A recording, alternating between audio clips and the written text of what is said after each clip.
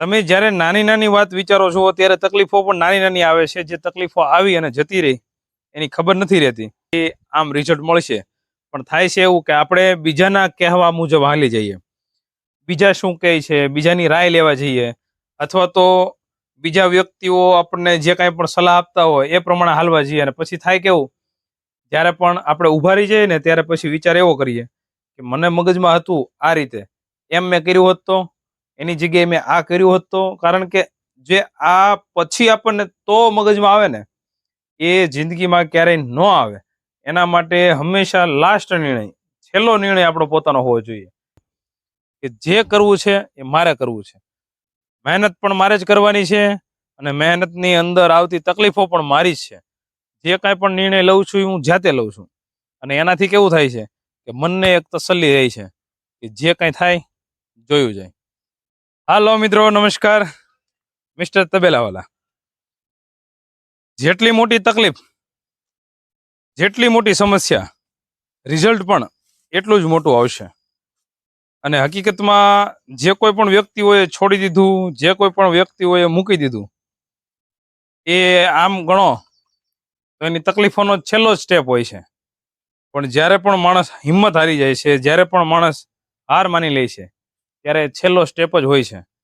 પણ થાય છે એવું કે માણસને એવું થાય કે બસ હવે નહીં થાય મારાથી. કારણ કે તમે જે કાંઈ પણ નિશ્ચય કર્યો છે, તમે જે કાંઈ પણ મેળવવાની કામના કરી છે, એ જેટલું મોટું તમારું સપનું હશે, જેટલી મોટી તમારી મક્કમતા હશે, એટલી જ મોટી અને એટલી જ વધારે તકલીફ આવવાની છે. કારણ કે તમે જ્યારે નાની નાની વાત વિચારો છો ત્યારે તકલીફો પણ નાની નાની આવે છે. જે તકલીફો આવી અને જતી રહી એની ખબર નથી રહેતી. પણ જ્યારે તમે કંઈક મોટા સપના જોવો છો, જ્યારે તમને એવું લાગે છે કે તમારે સૌથી મોટું કોઈથી કરવું છે, તમારા પરિવારમાં, તમારા ઘરમાં, તમારા સમાજમાં, ત્યારે જેટલો તમે મોટો પ્લાન બનાવશો એની સામે તકલીફોનો પહાડ પણ એવડો જ મોટો હશે. પણ જો એ તકલીફોના પહાડની અંદર તમે ધીમે ધીમે ધીમે ધીમે ધીમે ધીમે એની અંદર રચાપચા રહેશો, એની સાથે લડતા શીખી જશો, તો આજે એ પહાડ લાગે છે, કાલે તમને નાનો પહાડ લાગશે. ધીમે ધીમે કરતા એ એક નાના પથ્થરમાં પણ બદલી જશે. પણ હકીકતે જોવે હું સબ્ર અને ધીરજની સાથે સાથે પોતાના મગજ પ્રમાણે લીધેલા નિર્ણયો. કારણ કે આની અંદર એવું પણ બને છે કે ઘણી વખત આપણને પોતાને ખબર હોય છે કે આ વસ્તુ કરવાથી, આ નિર્ણય લેવાથી આમ રિઝલ્ટ મળશે. પણ થાય છે એવું કે આપણે બીજાના કહેવા મુજબ હાલી જઈએ.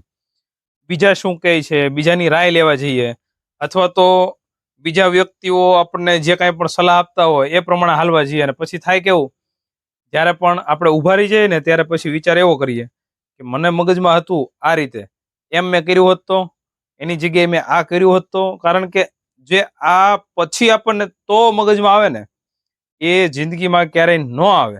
એના માટે હંમેશા લાસ્ટ નિર્ણય, છેલ્લો નિર્ણય આપણો પોતાનો હોવો જોઈએ.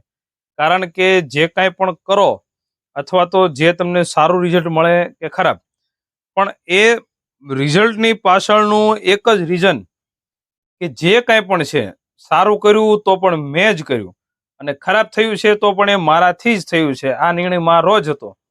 જો આ વાત અને આ વસ્તુ આપણે એક વખત મગજમાં બેસી જાય છે, તો કેવું થાય છે કે જિંદગીમાં ક્યારેય પણ તમે કોઈ પણ વસ્તુમાં ગિલ્ટી ફીલ નહીં કરો. તમને પોતાને ક્યારેય પણ એવો અનુભવ નહીં થાય કે મારાથી ભૂલ થઈ ગઈ, આ ખોટું થઈ ગયું. કારણ કે જે કાંઈ પણ કર્યું છે એ મેં કર્યું છે. જે કરવાનો છું એ પણ હું જ કરવાનો છું. અને જ્યાં સુધી આવી વાત અને આવો નિર્ણય પોતાની ઉપર લેતા નહીં શીખો, ત્યાં સુધી તમે કોઈ પણ બાબતમાં પગલું ભરવા માંગશો ને, તમારું એક વખત આમ મન એમ થાય છે કે સફળ જાયશ, ફેલ જાયશ, થઈ જશે, નહીં થાય. આ બધા જ પ્રશ્નોનો એક જ ઉકેલ છે, સીધો ને સરળ. કોઈ પણ બાબતમાં, કોઈ પણ સંજોગે, જે કાંઈ પણ છે, નુકસાની છે તો પણ મારી છે, ફાયદો છે તો પણ મારો છે. અને જ્યારે પણ તમે તમારા પોતાના ખંભા ઉપર આ બધી વસ્તુ લેતા શીખી જાવ છો, ત્યારે મારું હકીકતમાં આ વાતનું તમે એક વખત તો યાદ કરીને કહેશો કે નહીં, સાચી વાત છે. કારણ કે મેં પોતે જે કાંઈ પણ અત્યાર સુધીમાં મેળવ્યું, મેં પોતે જે કાંઈ પણ કર્યું, એમાં એક જ વસ્તુનું મેં નક્કી રાખેલું કે જે કરવું છે એ મારે કરવું છે. મહેનત પણ મારે જ કરવાની છે અને મહેનતની અંદર આવતી તકલીફો પણ મારી જ છે. જે કાંઈ પણ નિર્ણય લઉં છું એ હું જાતે લઉં છું અને એનાથી કેવું થાય છે કે મનને એક તસલ્લી રહી છે કે જે કાંઈ થાય જોયું જાય. તો મિત્રો, ક્યારેય પણ તકલીફોથી ગભરાવું નહીં. તકલીફો આપણને શીખવવા માટે આવે છે, નહીં કે આપણને તોડવા માટે.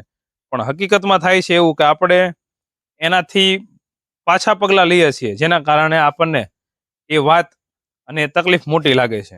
બાકી હકીકતમાં હરેક તકલીફ કંઈક ને કંઈક જીવનમાં શીખવા માટે આવે છે અને માણસ ધીમે ધીમે એ જ રીતે શીખતો આવ્યો છે અને એ જ રીતે શીખતો જાય છે. બાકી કોઈ પણ જગ્યાએ તમને કોઈ આવીને કહી જાય અથવા તો તમને કોઈ શીખવાડી જાય અને તમે એ શીખી જાઓ, એ વસ્તુ ખોટી. ચાલો મળીએ કંઈક નવા વિડીયો, નવા ટોપિક સાથે. ત્યાં સુધી રજા આપું. મિસ્ટર તબેલાવાલા. બાય.